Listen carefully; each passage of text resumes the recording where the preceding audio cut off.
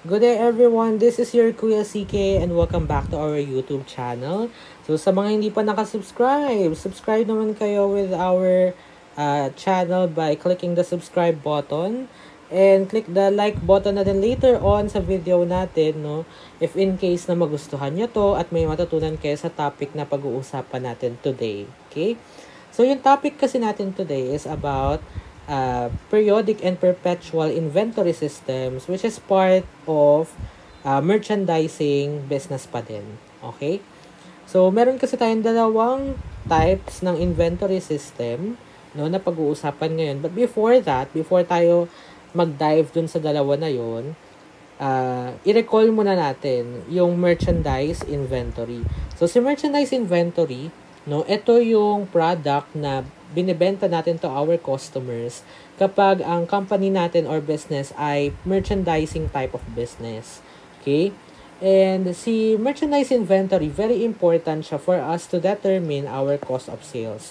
So, magkano si merchandise inventory, malaki yung impact niya na magagawa or maibibigay sa atin for us to get our cost of sales.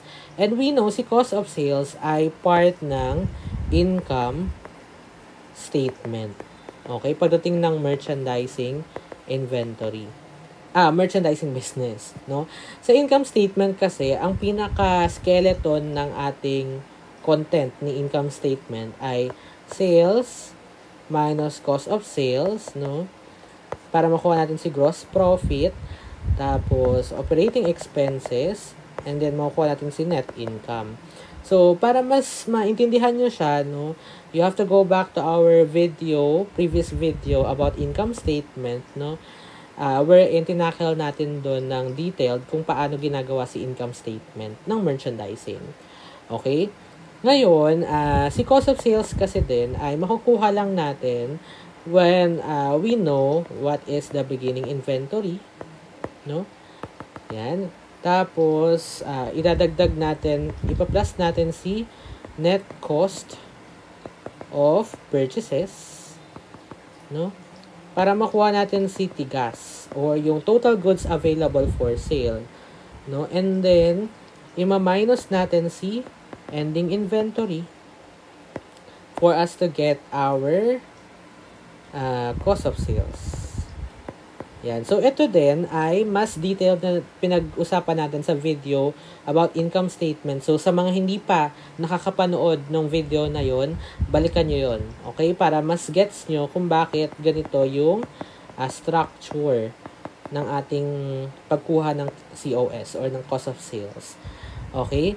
So, again, importante si merchandising inventory kasi nga, nakikita nyo dito, beginning inventory tsaka ending inventory, part siya ng proforma to get the cost of sales. So, without it, hindi natin makukuha successfully kung magkano yung amount ng cost of sales.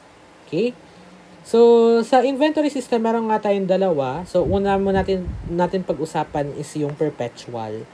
Si perpetual, mas, kumbaga, ang background ni perpetual ay yung inventory count natin or yung balance ng inventory natin ay continuously updated. Every time na nagkakaroon ng transaction, na-update yung ating inventory na balance. Okay? Kunwari, bumili tayo ng inventory, update agad ng inventory count. Nagbenta tayo ng inventory, so update agad, no? By the time of the purchase, we have to debit inventory account kasi ganito yung ating entry dyan. Debit inventory, and then credit cash. If ever nag-purchase tayo, in cash. Okay? So, dinebit natin si inventory agad kasi we wanted to update nga yung balance ni inventory. So, directly updated na agad. This is for the perpetual. Perpetual. Pero yung usual na ginagawa natin, no, ay yung sa periodic na part wherein kapag may purchase, we debit purchases and then we credit cash. Okay? So, ang nagkakaiba sila sa kung ano yung ginamit na account title. Okay? Pero same pa rin naman ng entry. Okay? So, dito kasi si purchases, gusto ni periodic na i-emphasize na yung certain amount ay related to the purchases itself. Okay? At yung nag-purchase talaga tayo with that inventory. Okay? So, sige. Next naman kapag may sale. Kapag may sale naman, we debit cost of sales and we credit inventory account. Ganito yung nangyayari sa sales, no? Si sales, ang dinedebit natin dyan ay cash. If ever na nagbayad agad sa atin si customer, cash. Or kaya AR, or accounts receivable. And then credit sales. So, yan yung ating typical na journal entry when it comes to sales. Okay?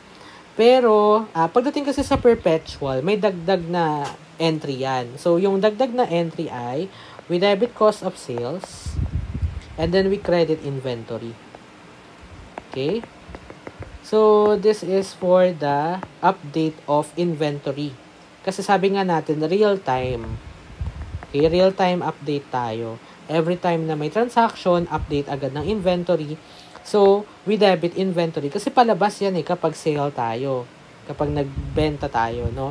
And then, we recognize cost of sales kasi we wanted to make sure na yung binenta natin, magkano ba yung halaga nun? Or yung cost nun, nung binili natin siya kay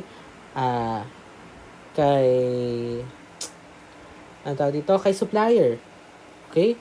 So, si cost of sale kasi ay, in a sense, siya yung directly related expenses about purchases. Okay? Related to purchases, no? That's cost of sales. Pero si expenses, same sila ng background din, nung nature ni expenses na dinedebit din yung normal balance, no? Pero si expenses kasi, indirect siya. Indirect na expenses. Hindi siya directly related to the inventory itself. Okay? Whereas si cost of sales ay directly related to inventory. Okay? So, yeah, that's how we do the entries for time of sale ng perpetual. Okay? So, meron tayong tinatawag na point of sale o POS. So, if you are familiar with supermarkets na may scanner ng barcode kapag bibilhin nyo na siya, no? Yung mga merchandise, ganyan. Tsaka, babayaran. So, si POS kasi, siya ay makabagong technology, no? Para yung system, merong system kasi si business na nag-update agad ng balances ni inventory, no? Kumbaga, real-time updates, no? Kapag in-scan si barcode at nabayaran. Okay? So, that is POS. Yun yung mga equipment na ginagamit for perpetual inventory system na type of business. So, depende kasi yan kung ano yung gusto or ano yung mas convenient sa nature ni business. Okay? So, yan. Supermarkets and department stores. Okay? Pero kung walang POS or wala silang equipment for monitoring their their inventory, no? Si perpetual ay mas applicable for businesses na low volume, high-priced goods like jewelry, furniture, motor vehicles. Konti lang yung volume yan. Pero, bawat isa dyan, napakalaki ng value or napakalaki ng price. So, hindi pwede na hindi napapabayaan o hindi na monitor kung ilan yung nasa inventory natin. Okay? Ngayon, dahil nga real time na or updated yung ating records ng inventory. So, at the end of the period, kailangan pa rin natin magkaroon ng reconciliation with a physical count. So, sa end ng period, may physical count. Like, for example, if you know someone na nagtatrabaho sa SM, yung mga merchandiser, ganyan. So, yung mga yun, nag-inventory count sila at the end of the year. So, kaya sarado ang mall ng January 1, no? If I'm not mistaken. So, sarado ang mall ng January 1 para makapag-inventory count. Okay? Kasi, yung January 2 ay for the next period na ulit. So, kailangan nilang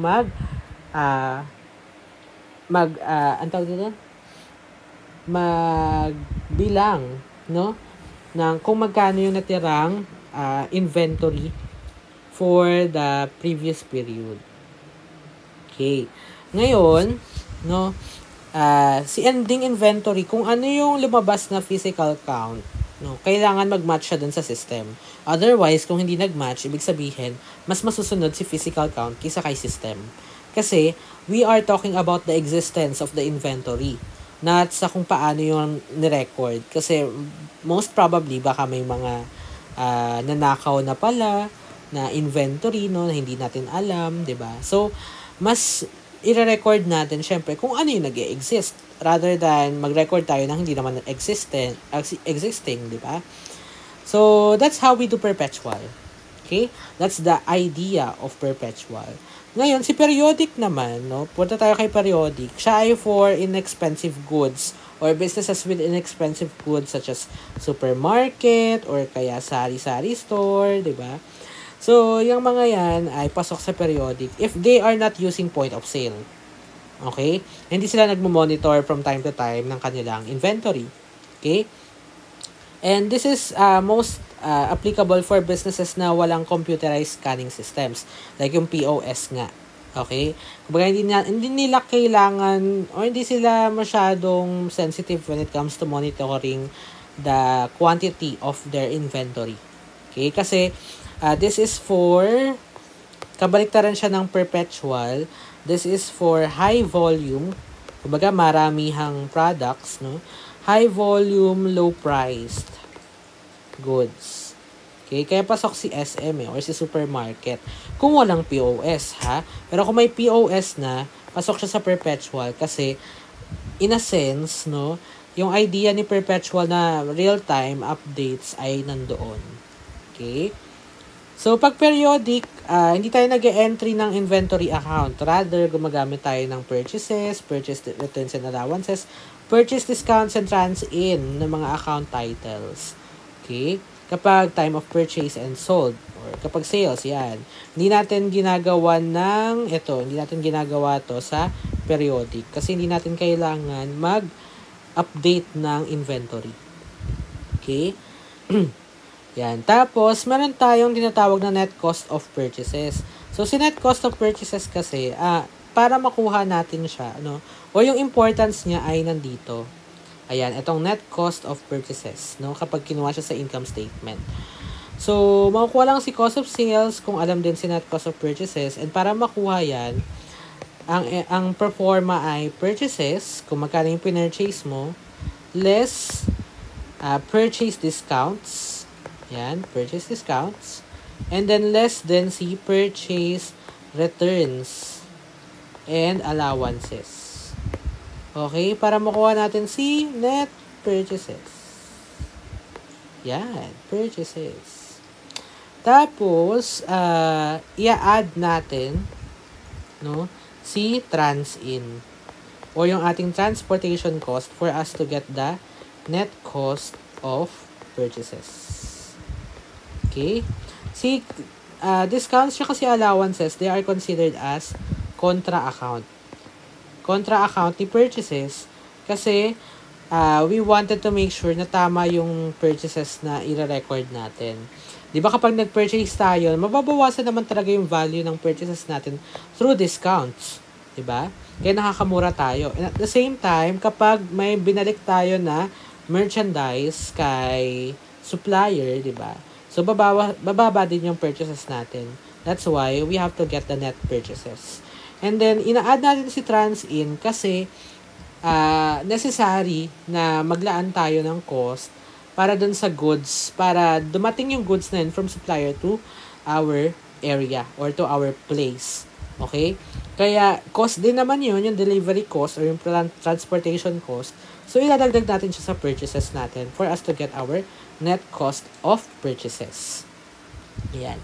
So, that is the theoretical part ng periodic and perpetual. Ngayon, ang tanong ngayon ay kung paano ba gina-journal entry yung merchandise inventory, no, or transactions related to merchandise inventory with periodic and perpetual. Ano yung pinagkaiba ng entry nila? So, yan yung pag-usapan natin the next one. Okay?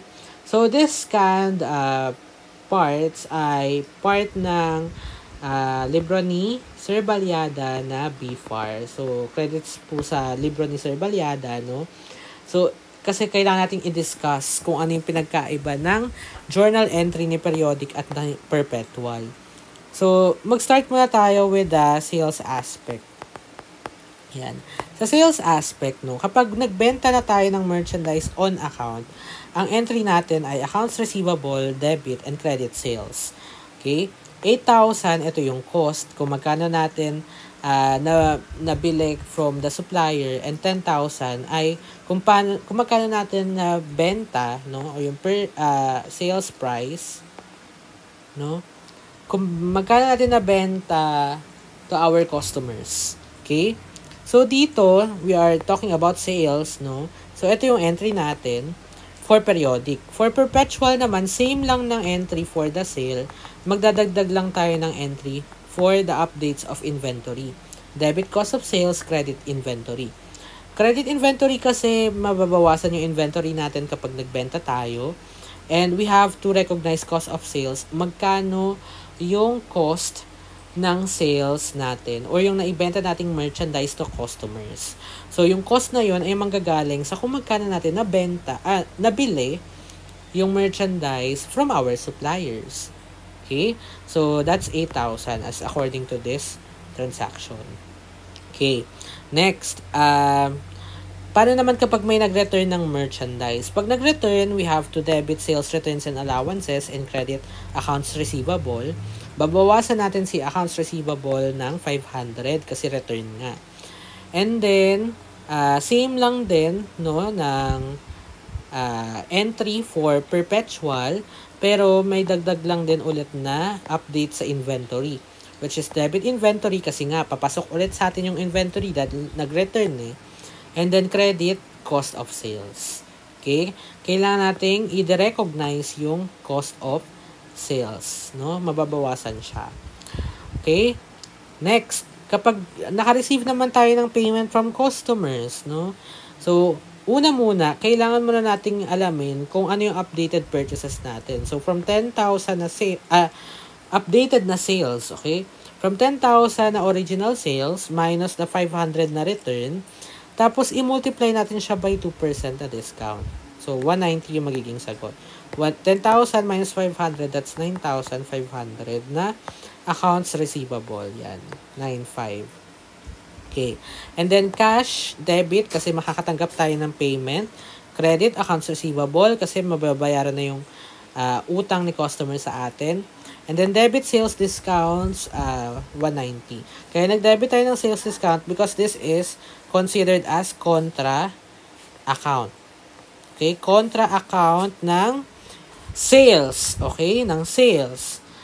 Ngayon, si contra account na to ay ibabawas natin kasi kay sales dyan kapag nag-i-income statement na tayo. Okay? So, kaya siya contra account kasi i-debit natin siya and ang normal balance si sales ay credit. So, contra talaga. Okay? Now, parehas lang siya ng entry for perpetual. Okay? Parehas lang sila. That's how the sales aspect works. Kung paano natin siya ini-entry. Pag purchases naman, okay, buray natin to konti. So, pag purchases naman ay ganito siya. Hanggang dito. Okay, sa purchases aspect tayo. Sa purchases, pag nag-purchase tayo on account, parehas lang naman ng entry eh. Ang nagkakaiba lang ay yung account title na gagamitin. Okay? Pag purchases kasi, no, nire-recognize natin yung merchandise na pinurchase through the use of account title na purchases. Pero, pag perpetual na, we have to update our inventory agad-agad eh. So, instead of using purchases na account title, we use inventory account na agad. Okay? So, yan. Next ay freight in naman. Pag freight in din, ganun din, no? We debit trans in sa periodic, pag perpetual naman ay inventory account. So, part pa din yan ng inventory, si trans in. Okay?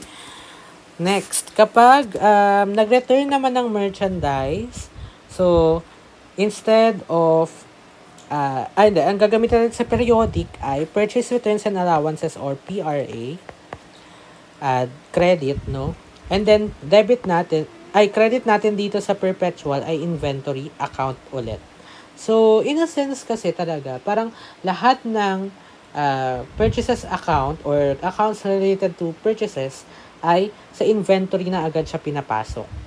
Okay? Or inventory na agad yung ginagamit na entry or account title.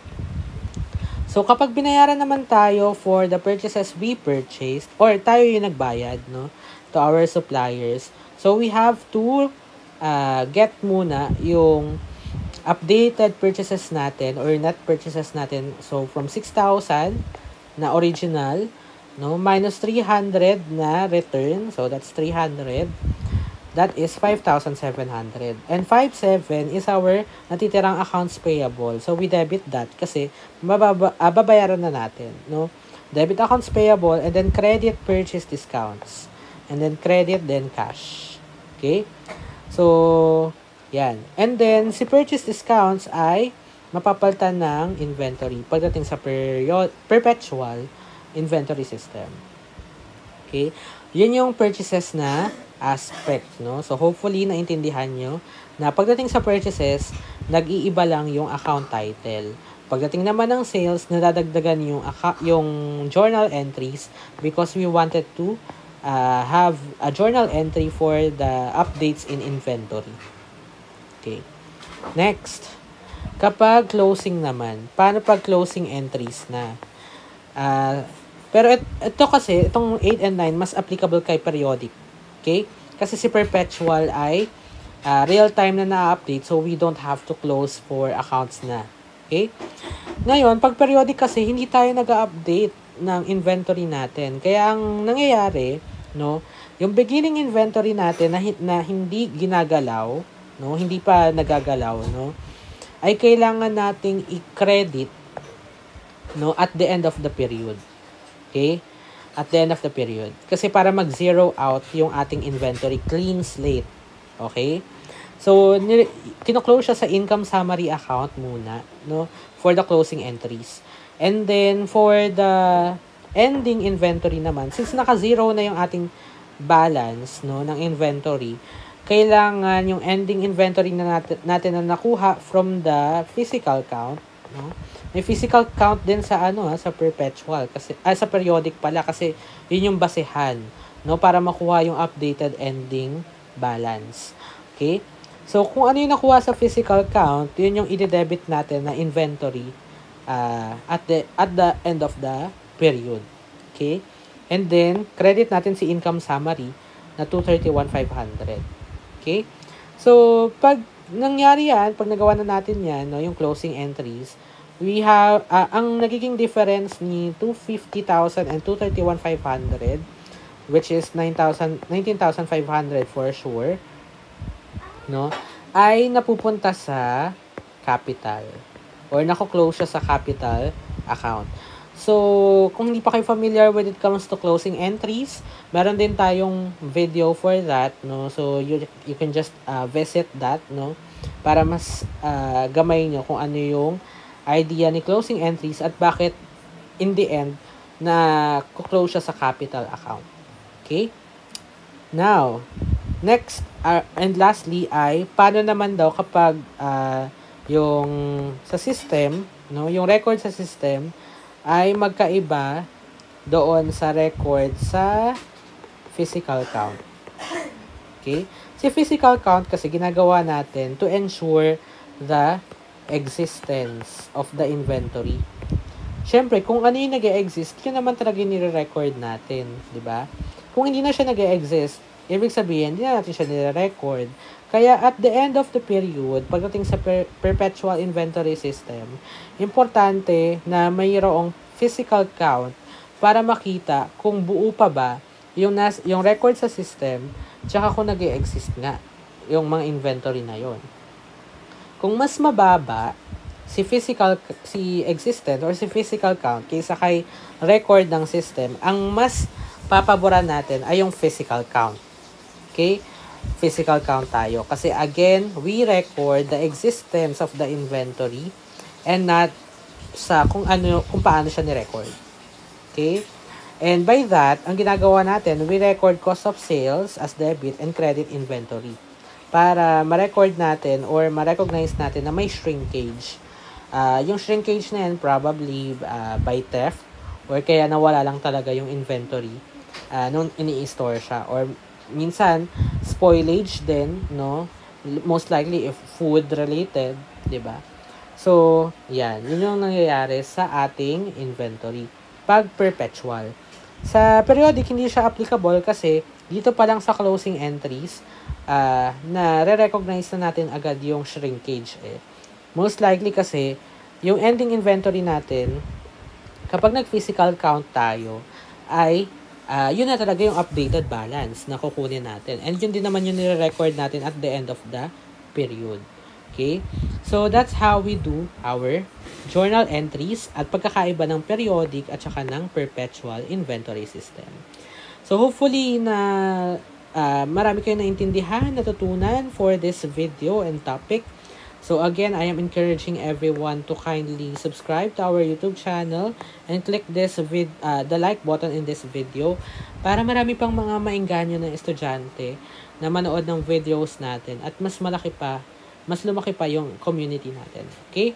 So thank you so much sa pakikinig at panonood and see you on our next videos.